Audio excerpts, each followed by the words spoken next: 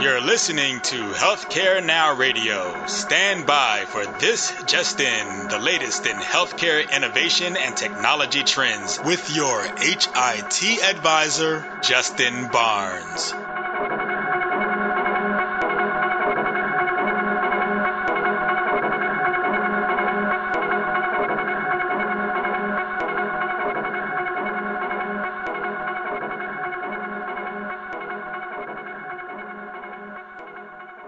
Thank you for tuning in and welcome to This Just In. I'm your host, Justin Barnes. In these half-hour segments, I'll bring you the latest advancements in healthcare, strategy, innovation, and public policy.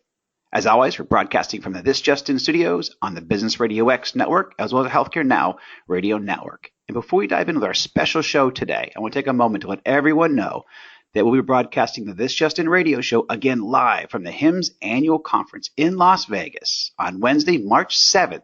From 10 a.m. Pacific to 2 p.m. Pacific. Many more details to come here shortly, but I hope everyone is planning on attending the conference. If you are not, though, you'll be able to stream our radio show live at thisjustinradio.com. We'll have another great slate of CEO, CIO, leading care providers, industry thought leaders, riveting authors, and certainly policymakers joining the show. For this episode, though, my 117th episode, we're going to focus on a new book coming out called Realizing the Promise of Precision Medicine by Paul Cerrato and Dr. John Halamka. Welcome to the show, guys. Thank you. Well, thank you very much. Very excited. We're going to do a special episode today, basically a double episode. There was just so much content that we were passing back and forth, prepping for the show, and so I couldn't be more excited. This is only my second one. We've done a double episode, all tied up into one big bow. So very excited about what's before us, guys. So let's dive in a little bit. John, you're very well known in the industry, and I've been on the show. You're certainly a great friend of the show. I've been on the show numerous times. But offer the background. People that may not know you that well, offer a little bit of background on you and where you're from, college, all that good stuff. Wow. It all started when I was 12 years old, and I was a latchkey child in Southern California in the 70s with the heyday of the defense industry. And back then, they threw away all the integrated circuits that didn't test good enough for military spec. So as a 12-year-old, I ran around to dumpsters, picking up integrated circuits and taught myself analog digital logic and then microprocessors. So when I arrived at Stanford in 1979, I was the first person to have a computer in my dorm room, and the rest is history. I've never heard that before. That is fascinating. That's awesome. So what drove you to Stanford? Well, think about it. Late 70s, early 80s. You just had Popular Electronics publish the specifications for the Altair 8800. You could homebrew your own computer. You had this is pre-IBM PC, pre-Apple. Everybody in the industry was just starting to coalesce. And Palo Alto just turned out to be that mecca. So what a fabulous opportunity to actually sort of go to school, and I did public policy economics and biochemistry while the industry was evolving around us. It worked really well. No, that's fascinating. I actually went out there to start Relay Health back in 1999. So we lived in Palo Alto, started the company in Alameda, and I love the Valley for how it helps you and what you learn and who you collaborate with. So it certainly was a great area. But I love where I live now in the South. So it was a great place to be then. Sounds like you were in a similar boat there. So before we dive into the show a little bit and dive into the book, what are a few secrets of your success, John? Because again, you've done very well. You are all over the place. We do see you everywhere, and we love what you do. But what are a few secrets to your success? Well, so my brain has always done better if I take an issue, dive very deeply into it, really focus on it. And that kind of approach, I wonder, does it work any longer in 2018 when the average attention span is 3 seconds or less? Because if you take a problem and you really work it deeply and you really understand the domain, then you can have some unique insights. And I think over the course of my life, I've maybe just been in the right place at the right time where the right technology and the right problems to solve came together. So although I'd like to take credit for my sleeplessness and focus. Maybe it was more Forrest Gump and just being in that right place at the moment. Right. Well, it helps when you're also all over the place. You happen to be in a lot of places at one time, it seems. So you happen to be, that could certainly help your success ratio and rate. Could be, I suppose. But also, we are in an interesting time, though, and I think you bring up a good point, because I've actually changed how I communicate with people, when I communicate, where I communicate, and how I collaborate around, this new dynamic on attention spans and how people absorb information and how they want to absorb information. So I know we're not going to spend a lot of time on that, but I'd love your 2 cents on that, because that is changing on how people just, again, absorb information, how they engage even healthcare, and how they feel about healthcare. So any quick thoughts there? Well, as you have suggested, I've also changed my mechanisms of interaction. And, I've written 2,000 plus blog entries. Yeah. And what I found is writing 1,000-word blog entries, although it's very satisfying, actually isn't always the best way to communicate with cohorts. So you'll find that I'm much more active on social media now than I ever was. Mm-hmm. So I have my Facebook feed and daily comments on the industry. I have a Twitter feed. I have Instagram. And fine, that gets the message out, although admittedly, I think it's a bit superficial. Yeah, and I couldn't agree more. That's actually when I did a lot of thought leadership all the way until about 2014 in written form, in blogs, in testimonies and so forth. But now I've really shifted heavily. That was where the radio show was born. It was just a new way to communicate, a new way to share thought leadership, and also collaborate with others in the industry. And even globally, where we didn't have to sit, and write on the same pieces, but also have access to the show and to broadcast in a new medium. So I agree, and that's kind of one of the ways I've personally evolved. So, and what I also try to do is recognize that I have people working for me in their 20s. I have people working for me in their 70s. And you have to assume that not one size fits all. And so, yes, I phone, yes, I fax, yes, I email, and yes, I tweet. Yeah. That works. Great wisdom there. So, Paul, let's shift a little bit. So how did this book come about? Because I've read several excerpts. This is fascinating, and this book is terrific. So, realizing the promise of precision medicine, how did you come about there? Actually, the idea for this book started about 30 years ago. When I was in graduate school, I was working on my final dissertation, my final thesis on biochemical individuality, which is actually the biological underpinning for precision medicine. Back then, the word precision medicine didn't even exist. I was talking about the 1980s. But then over the decades, I continued to follow the research on genetic individuality and biochemical individuality and so on. And then a few years ago, Obama decided to launch the Precision Medicine Initiative. And once I saw that, I said, okay, this is it's time now to publish. So with that in mind, a couple of years before his announcement, John and I started working together on Information Week Healthcare. He was on our editorial board.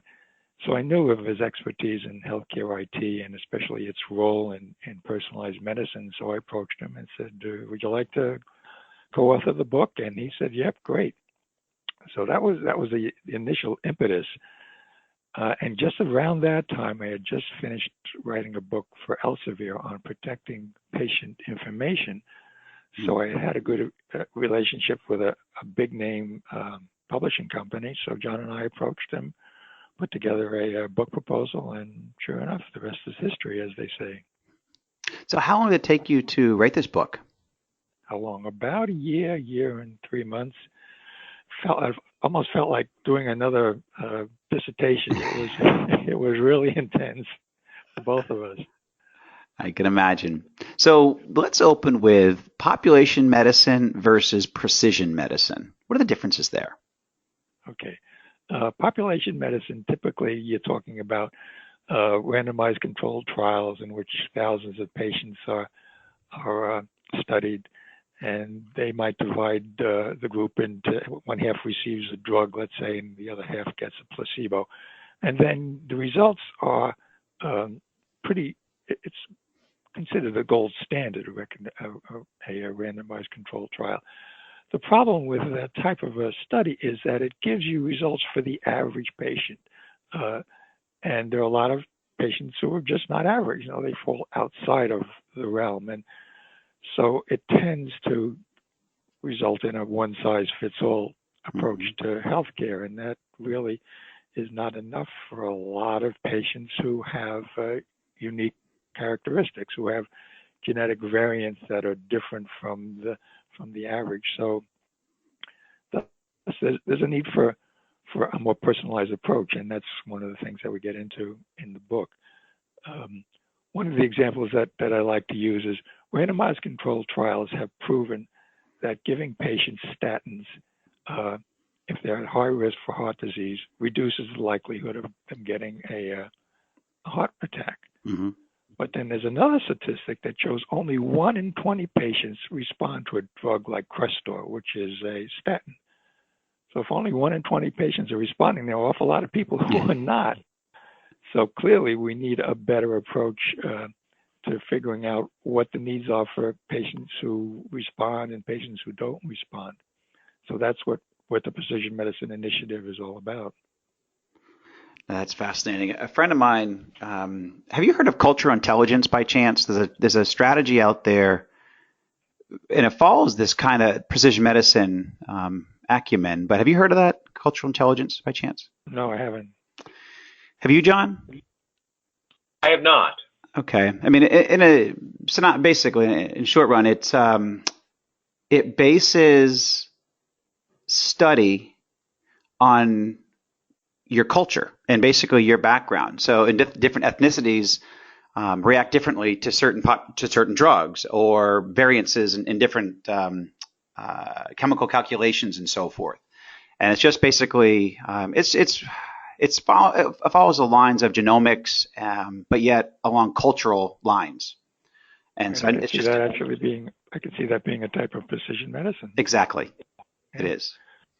The example that we used, John and I spoke at a precision medicine conference sponsored by HIMSS back in the summertime, and one of the examples that I use is you take Mrs.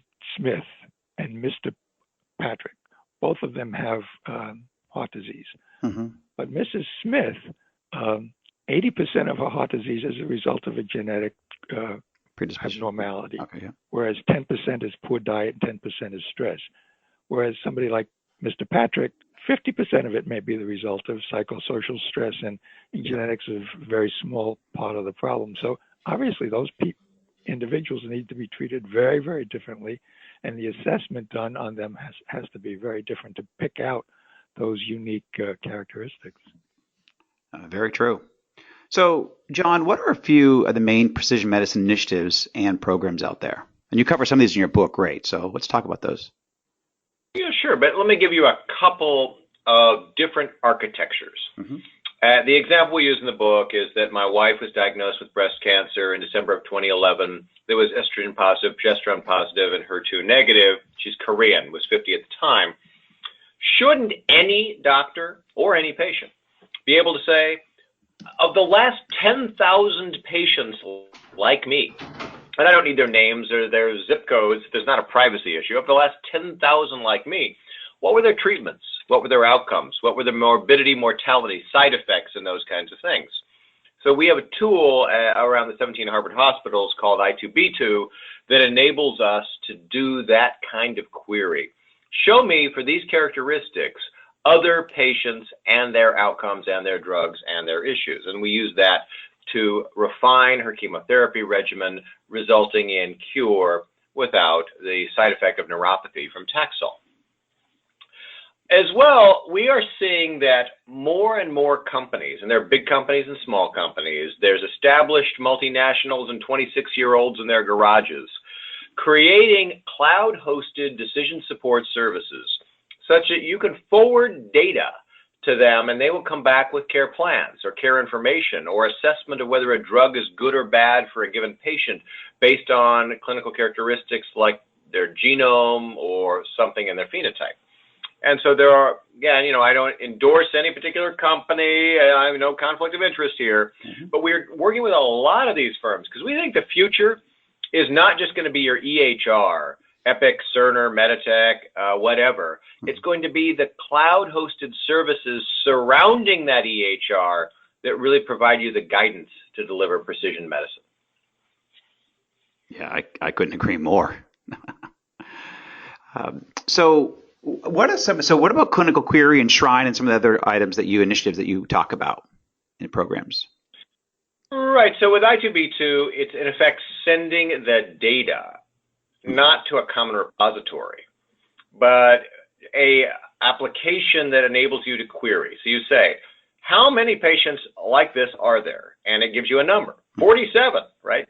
No patient identified information. Yep. Send the question to the data, not the data to a repository. And Clinical Query and Shrine are just ways of doing that in a much larger scale. Shrine, for example, queries 60 academic medical centers simultaneously. With Clinical Query, what we've added to is some features to I2B2 and Shrine that we can directly now enroll patients in clinical trials.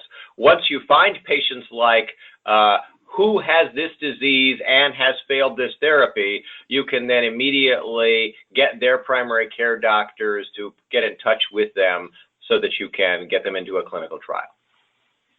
That's excellent. I love it. That's exactly where healthcare needs to shift, and it's awesome that it's shifting there because I don't see that in a lot of places across the country, even the world. So that's excellent. And for those just tuning in, we're speaking with Paul Cerrato and Dr. John Halamka about their new book, Realizing the Promise of Precision Medicine. So, Paul, we touched on this a moment ago, but what is, and just briefly, so I'd love to dive in here a bit, what is the role of genomics in personalized medicine? Okay, it helps to distinguish between genetics and genomics because old school genetic testing would typically involve a physician testing for a particular disease, like let's say cystic fibrosis, where you just look at one gene. Whereas genomics we now have the ability to take a patient's cells and look at their entire genetic makeup. So that's 46 chromosomes and about 20,000 genes. And the prices come down way, way down. It's like the last number I saw was $600 to do a complete genetic workup. The advantage of doing that is they can now analyze a patient's tumor to look for mutations in that tumor. And then if one of those mutations is effectively resolved with the help of a specific drug, then the patient gets that drug. So it's very, very individualized. The other side of the coin is there's something called pharmacogenomics, which is an area of research in which they're now looking at how individuals respond to specific drugs. There are certain mutations, for instance, in the liver that can, if you have that particular mutation, your liver enzymes don't break down drugs like warfarin.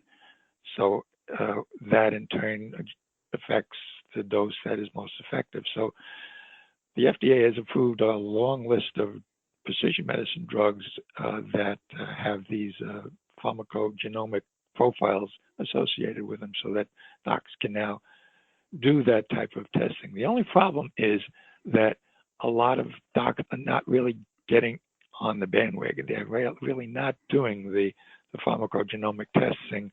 Either they don't know about it, they don't believe in it, or insurers are not covering it. So it's a work in progress right now. Yeah, and that was going to be my follow-up to that because while the cost has come down significantly, I just don't find people offering it. And I work with an extremely advanced primary care physician in office here in Atlanta and love them. Great bedside manner, terrific medicine.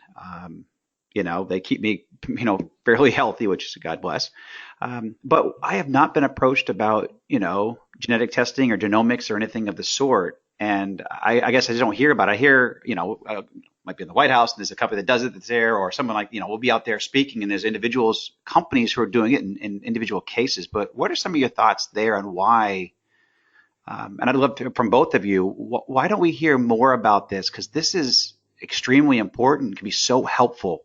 Knowing, knowledge is power. So Part of the reason is that physicians don't get a lot of in-depth training in medical school on genetics. So there's a whole movement now in order to re-educate docs and to do more CME seminars so that they can get educated. The other part of it is, frankly, a lot of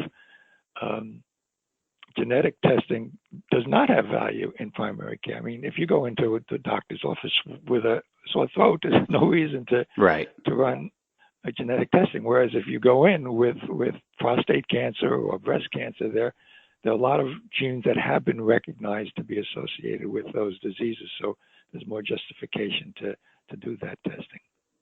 John, do you have any thoughts on that?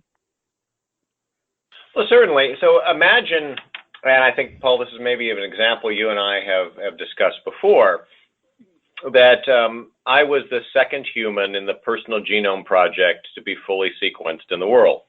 And it shows, if you want to look at my genome, feel free, personalgenomes.org, I'm too, that I will develop prostate cancer. And so I'm a vegan. I don't eat any cholesterol. I have, by genetics, very good family history, and I don't have any cholesterol issues.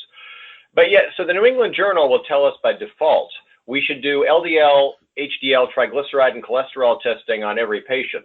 But we should stop looking at prostate-specific antigen because over the course of the population, it really hasn't helped. Right. So, maybe in my particular case, if the issue is prostate cancer, as you were talking about, Paul, this idea of maybe testing for certain genetic conditions, understanding certain biomarkers, and then changing lifestyle or medications or monitoring to help avoid badness. Because, yes, ankle sprains and sore throats, no role for genetic testing. Certainly for cancers, there are. And what about, though, like annual physicals? Or maybe you turn over 45 years old or 35 or 40 years old. Is there an argument to be made just on an annual physical to have it done at a certain age? Or are we not there yet? Well, I have this crazy belief that what if, let's say, the cost of my genomic sequence was quite high because I was the second human. But imagine that today the cost of a full genetic sequence is about $600. If at birth every human is sequenced, and then we understand throughout your life how to tailor your care based on a single $600 investment. Yeah. Don't you think we're going to save more than $600? Yeah, that would be cost effective, no doubt. No, I don't think it should wait till your next physical exam. Every human should have it now at birth. Right. Good. That's what I wanted to hear. I completely agree. And I'm going to get mine done. I love it. All right. So moving through the book. Paul, tell us about the chapter, small data, big data, data analytics, and your thoughts there. This is the most exciting part of precision medicine, in my opinion. Data analytics, I really think, is the future of healthcare, and it's the future of precision medicine. One of the examples that we use in the book, and that we'll talk about when we speak in March, I think, there's two studies. One of them was done in 2002, the Diabetes Prevention Program. And they took about 3,000 patients who were at risk for diabetes. They didn't have it. And they split them up into three groups. One was a control group. One group got metformin, which is a popular diabetes drug. And the third group was given an intensive lifestyle program. So then when they did all the analysis, they found that the two experimental treatments did lower the likelihood of getting diabetes, but only a percentage of patients had less risk. So like you take 1,000 patients, you put them on metformin, about 7 of them got diabetes and 300 of them didn't. The problem was the researchers couldn't figure out from day one which patients would and would not get the disease. So they had to take the drug or they had to go through the intensive program and get no benefit from it. Mm-hmm. Despite that fact, the researchers said, wouldn't it be great if the millions of patients who are at risk for diabetes be put on one of these two programs? Well, that's really not justified. So along comes a researcher named Jeremy Sussman, University of Michigan, and they did a much deeper analysis of the raw data from the diabetes prevention trial. And instead of just looking at 3 risk factors, being overweight, having abnormal fasting blood glucose, and having an abnormal glucose tolerance test, they looked at 17 risk factors, and they plugged it into the sophisticated data analytics program. And what they were able to do was figure out more precisely who would be most likely to get the disease and who would most likely not get the disease. So it really gave them a precision approach to predicting the disease and figuring out who should get the treatment and who shouldn't. So that's the type of research that is really going to transform healthcare. Yeah, I couldn't agree more. John, anything you want to add to that on the data? I mean, the importance of data. That's a big topic, but I think you're a leader here, so I'm going to give you a chance here too. So. Sure. So one of the challenges we have with healthcare data is much of our healthcare data is bad. and what do I mean by that? So you can't see my hands, but on my left hand I have a turkey bite, and on my right hand I have a pig bite. This is what happens when you run an animal sanctuary. Mm-hmm. So I showed my hands to a primary care doc, and I said, well, you, of course, go into my medical record and codify that I have animal bites and specify the species. And he said, are you kidding me? You have 12 minutes to see the patient, enter 140 data elements, have 40 quality measurements, never commit malpractice, and be empathetic. I'll just say abrasion. Right. Well, wait a minute. What if I develop some bizarre zoonosis, an infection caused by an animal? And there's zero record of my ever being bitten by an animal. So we just have to understand that the healthcare data as recorded today has limitations. I could not agree more. I'll bring up some good points. So at that, we're going to take a quick pause here for a station break, but we'll be right back after these messages. You are listening to Healthcare Now Radio. For program information and schedules, visit us at www.healthcarenowradio.com. Welcome back, and thank you to everyone for joining us. My guests today are Paul Cerrato and Dr. John Halamka, and we're discussing their new book, Realizing the Promise of Precision Medicine. Well, thank you, gentlemen. So continuing on our discussion, we just covered small data, big data, and data analytics, and a couple of great examples by both of you. And it's kind of ironic. I was watching a story last night just on Atlanta and where a lot of our boom is in our economy. And healthcare technology is one of the leaders, but coming up behind that very quickly is fintech, and then just is big data in general. Because obviously big data feeds fintech, big data feeds healthcare IT. It feeds, obviously information technology across the board.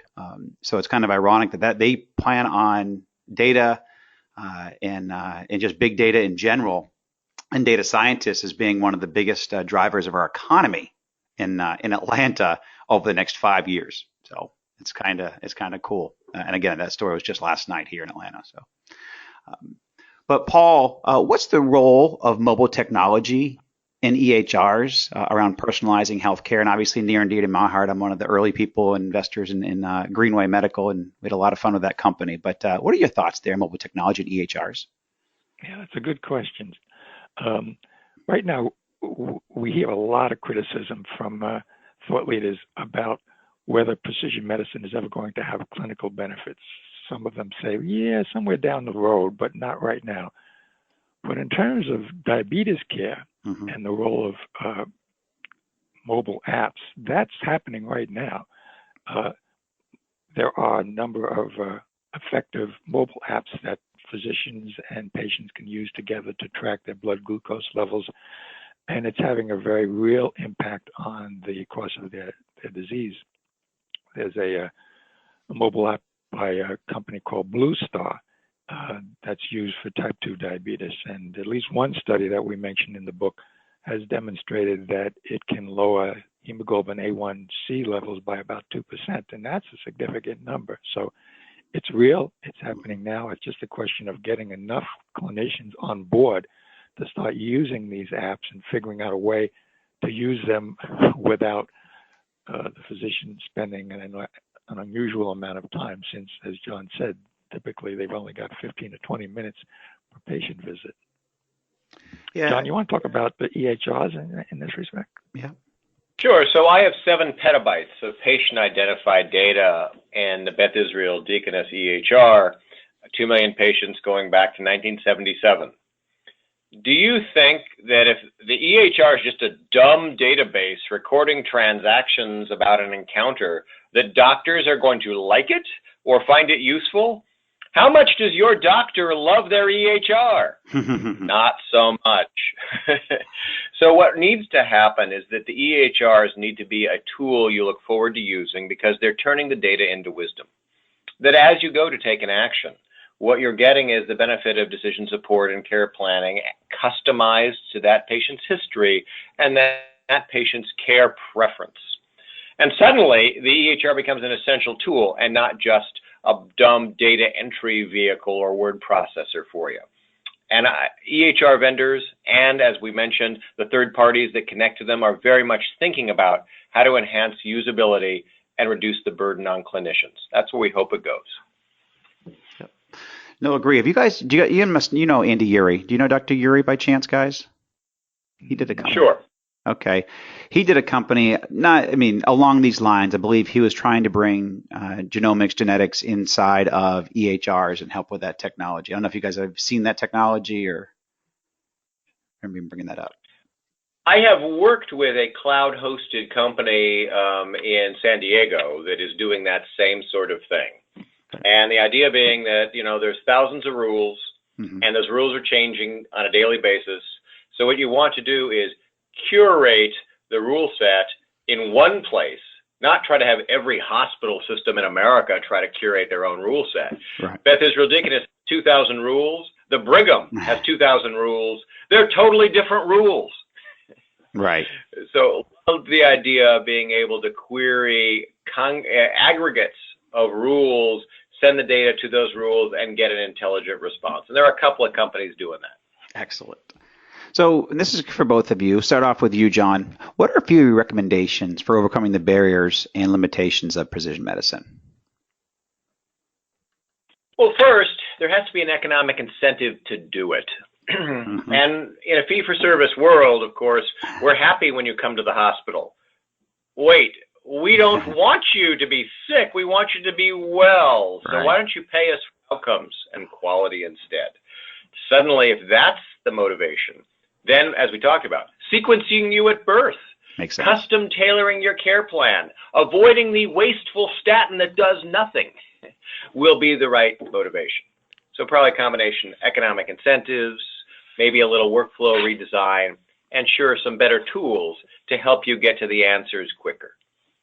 So to put you on the spot a little bit here, are there one or two initiatives out there that you see, maybe you're a part of, that you can say, you know what, these are good steps in the right direction? I know there's a lot of little things happening, but anything that kind of rises above the fray or the daily activities that you would like to highlight that are good steps in this direction? Well, I could say machine learning and a cloud-hosted blockchain with mobile APIs. Does that help? It does. Just kidding. So the Argonaut initiative, which is the way of creating these FHIR implementation guides that make it trivially simple for electronic health records to get and put clinical decision support information to third parties, will help a lot.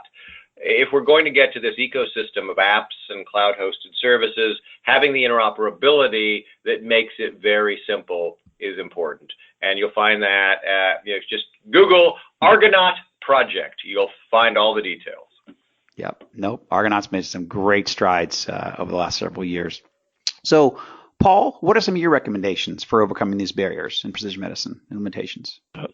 I think one of the barriers that docs are dealing with is the mindset that we already practice precision medicine. We practice personalized medicine. We don't need to learn anything more. We don't need a $200 million project. And to a certain extent, that's true. You go into a doctor's office, let's say you need a statin, or you need to have your blood lipids lowered.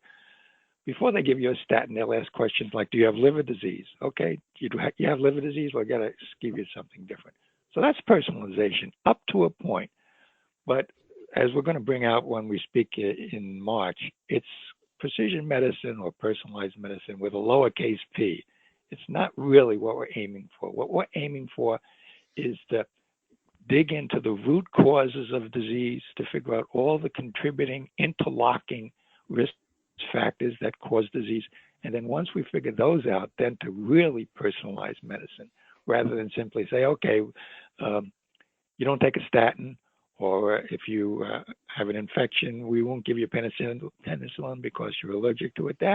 Those are the baby steps that are now being taken. But what we really need to do is go way beyond that, and that's something that we discuss in the lecture in March. So it's about changing a mindset. Yes, personalized medicine exists today, but we can do so much more, and you folks have to be open-minded to those new changes. Yep. No, excellent point. So let's shift a little bit over to interoperability. John, you just brought that up as a key factor here. So how do you see or want interoperability handled with personalized patient care? So a couple of things. You often read about information blocking, and I'm very controversial. I say I have never seen such a thing. If there is a technology platform, a good policy, and a business case, data will flow. So where are some of the areas we need to do a bit more? The challenge, of course, is, well, maybe if your name is Justin Barnes, you're okay because there aren't so many of those in the U.S. But if your name is Joe Smith, you're never going to have precision medicine that combines data from all the sites of care using your name and date of birth, right? It just doesn't work. So you need some nationwide patient matching strategy. We need a bit more uniform policy, right? Because in New Hampshire, it's illegal to send data to public health. Too much government. Whereas in Massachusetts, it's required. So wait, I can step on two sides of a state line and have totally different interoperability requirements? That's nutty. Yeah. And of course, what we want is some public-private partnerships to create some infrastructure that just makes data exchange very simple, such as a provider directory of every doctor and hospital and their electronic address. Wouldn't that be great?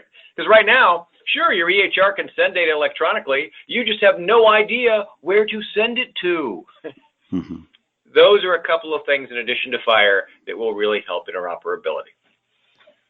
So move along those lines. Are there any initiatives, again, that you would point to? They say, hey, you know what? This framework is doing a good job. It's not the end all be all, but it's a good step in the direction. Is there anything out there that you would like to get? I like this, or this could move us in the right direction. Are there any framework, structures, agreements, initiatives that you want to highlight? Sure. Well, I'll give you two examples. So I'm working with the Gates Foundation in Africa to unify the HIV data of South Africa. Mm-hmm. Challenge there is they don't have a national healthcare identifier, a nationwide patient matching strategy, and they have names, genders, dates of birth just as problematic as ours. Mm-hmm. So we've decided to deploy iris scanners in all the clinics and tag your individual laboratory results with a link to your iris scan. So all you do is show up at any clinic in the country and say, I've seen those irises before, and here is all the precision data about you. So we've already started the pilot, and hopefully in the course of the next year, we'll roll out very broadly. So, if it works in Soweto, maybe it'll work in Boston. I mean, it's a thought. Right. So that's certainly one initiative. Other initiatives, the Pew Charitable Trust is about to issue a major report on a year worth of work on creating a nationwide patient matching strategy, looking at all available policies, technologies, and pilots. And so I think that will help move us forward. So, I don't want to say anything political, but I think maybe the last administration took more of a government-oriented role in leading innovation. I think the next 3 to 4 years will belong to the private sector. So watch innovations coming out of the private sector. Yeah, excellent. Great advice. And for those just tuning in, we're speaking with Paul Cerrato and Dr. John Halamka about their new book, Realizing the Promise of Precision Medicine. And we'll also touch on HIMSS here in a little bit. But before we do that, Paul, how do we protect patient privacy here and implement the best security on data? I know that you have some great studies here, so I'd love to hear this. Yeah, good question. I actually spent an entire year investigating this question, and it resulted in the publication of my first book, Protecting Patient Information. There are a lot of very simple steps that small and medium-sized practices can take in order to protect patient information. But one of the first obstacles that they have to overcome is the unwillingness by decision makers to spend the money. You look at a chief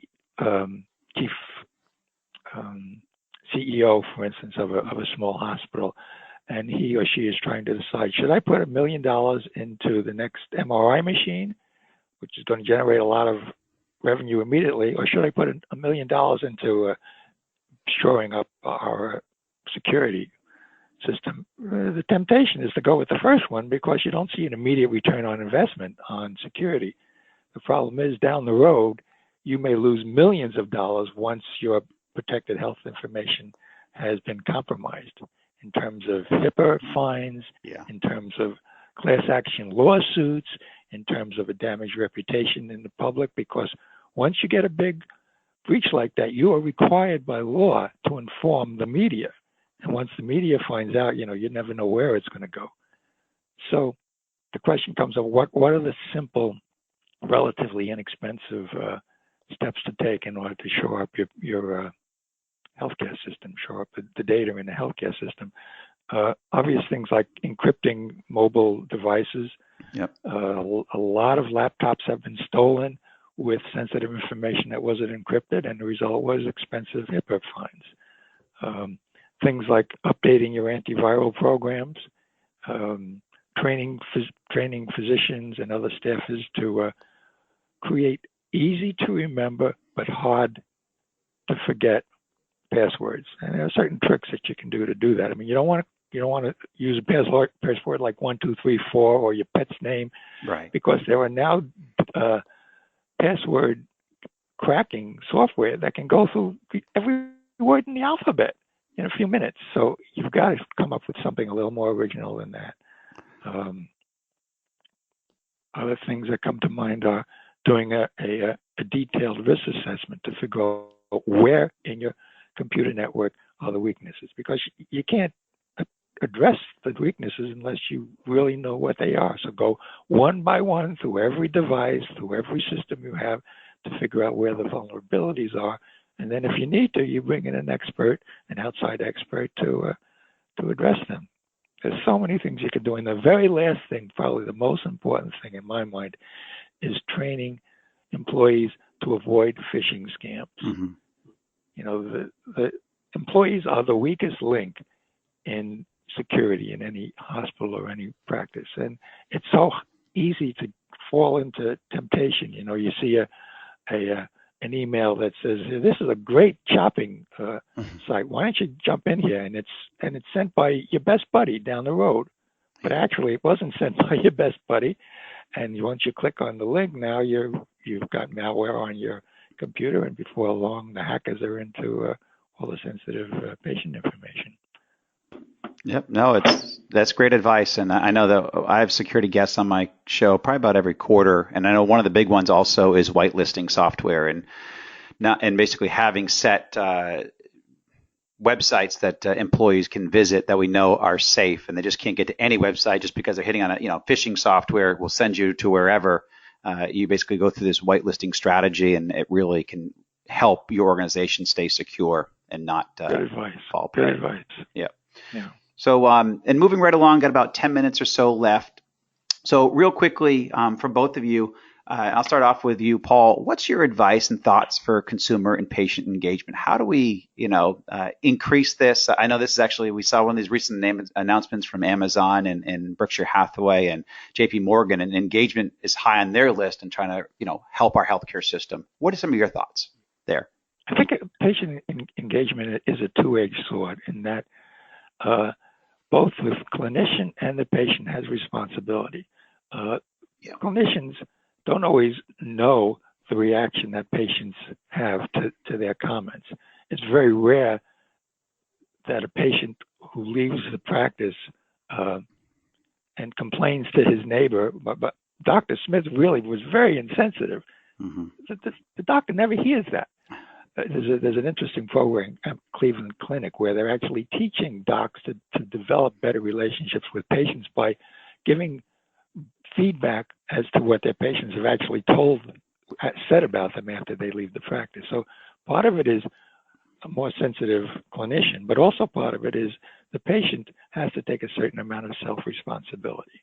There's a whole movement now referred to as the activated patient. A lot of folks are starting to say, okay, I'm not going to leave my healthcare in the hands of my doctor. I'm going to learn all I possibly can, and when I go in, I'm going to make it clear that this is what I understand. What can we do about it? So it's a two-edged sword. Mm-hmm. Yep. No. John, anything you want to add to that? Well, certainly. So as you know, interoperability always usually takes two forms: provider-to-provider data exchange and provider-to-patient to provider exchange. And as you've seen with Apple's new announcement in iOS 11.3, the intent is it will be trivially simple using these Argonaut standards for a phone to host your lifetime medical information, and you, the patient, can do with it what you will. Share it with family, or forward it to a clinical trial, or bring it to a new caregiver. And so to me, making the tools just simple and really effortless has got to be the best way to engage patients and families. Love it. Great advice. So shifting here a little bit now to our HIMSS 18 crystal ball. You're always a great guest. You guys will be on my show during HIMSS annual conference again this year. But what are some of the trends, John, that you see in major themes coming up for annual conference in HIMSS? My worry is that just like we saw big data on every booth last year, we're going to see blockchain on every booth this year. And I'm the editor of Blockchain in Healthcare, a new peer-reviewed journal. And there are use cases for which blockchain is helpful, but by no means is it a panacea, nor does it replace any relational data store we already have. So, I already mentioned some of the Gartner hype curve terms. So it's going to be machine learning and AI. It's going to be, certainly we'll probably see some precision medicine out there, care management, population health, and blockchain. Excellent. I couldn't agree more.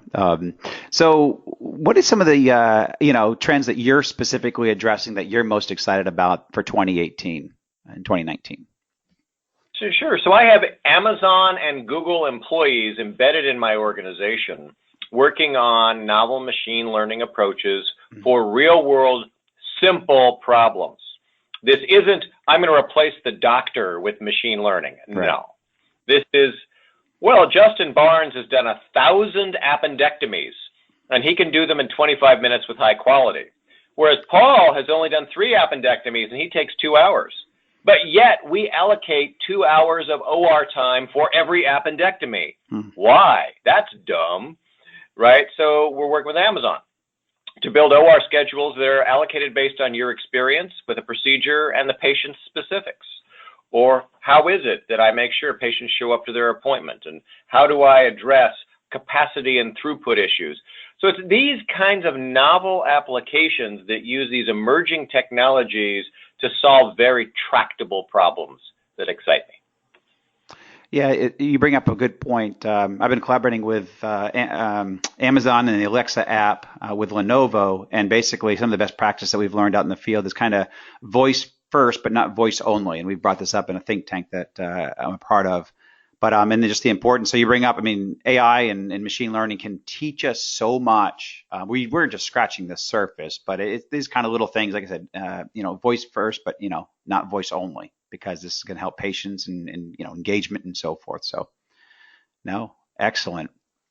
So, and this is kind of the fun aspect. I'd like to shift the show a little bit now. We touched on HIMSS 18. Very excited for that conference. But now, personally, John, where do you invest in your community, and what charities do you support? This is something, as I get older and hopefully a little bit wiser, I spend more time, my personal time, and even some of my business time. But where do you invest your time, talent, and treasures? Okay, well, this is going to sound possibly self-interested, so I want to be careful. But you know that 5 years ago, my wife and I established Unity Farm and Unity Farm Sanctuary, a 501c3, for the rescue of sick, abandoned, and abused animals.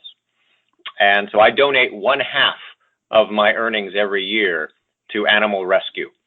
And today we have 250 animals on 70 acres, and we provide their lifetime forever homes. So that's certainly where I spend a fair amount of my energy and resources. Wow. That is, yeah, and I just started to learn more about that over the last couple of months, and John, it's fantastic. So I look forward to hearing more. It's not self-serving at all. This is exactly why I want to have people like you on the show. And Paul, I'd love to hear a couple of your thoughts here. Where do you invest in your community or charities that you support? Actually, one of the I don't know if you'd call it charity, but our local fire department. Yeah. Volunteer fire departments, and I think that's a worthy cause. I don't especially like giving money to charities that I know nothing about or that are nationwide and spend a lot of their money on administrative costs. Sure. So when I give money to the local fire department, I know that it's going to benefit people, right here in the community. So that's where I like to put some of my money. And in terms of personal interests, music is one of my passions. So I have a recording studio that does a lot of fun stuff when I'm not writing books and thinking about data analytics. No, that's fantastic. And I appreciate your investment of time with the fire department. I served in the military for 6 years. And the best thing I ever did was to serve this country and serve someone other than myself. So thank you for that, Paul. And obviously, John, love what you do. That's near and dear to my heart. So real quickly here, kind of the last question for you, John. Paul just mentioned his music studio and his recording studio. But what is your favorite place to get or be inspired? Wow, of course, traveling the world 400,000 miles a year, there's so many possibilities. But 4 years ago, I built a treehouse on the farm property. And the treehouse, which does have a strong Wi-Fi connection, by the way, that's great, is where I go in order to do the deep learning, the writing, the thought, and the retreat. It's in a 150-year-old maple tree, 35 feet off the ground, and it is unlikely I'll be bothered there. Wow! And I've seen that treehouse. It's very impressive. That's awesome. Very cool. Well, gentlemen, thank you so much for taking the time to do this show. You both are a true pleasure, and our industry is lucky to have you both. So thank you very much. Thank you, Justin.